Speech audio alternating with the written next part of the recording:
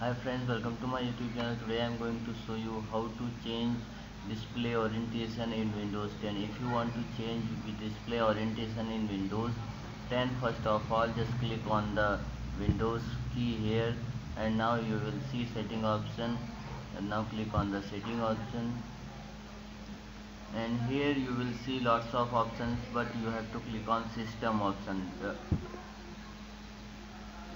Now here you will see display option is open, so now you have to scroll down, and here you will see display orientation option.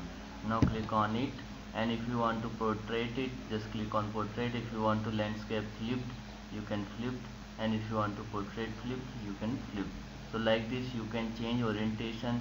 Like this I apply this, so you can change this orientation and make your laptop like this, but I want to revert it, just click on revert.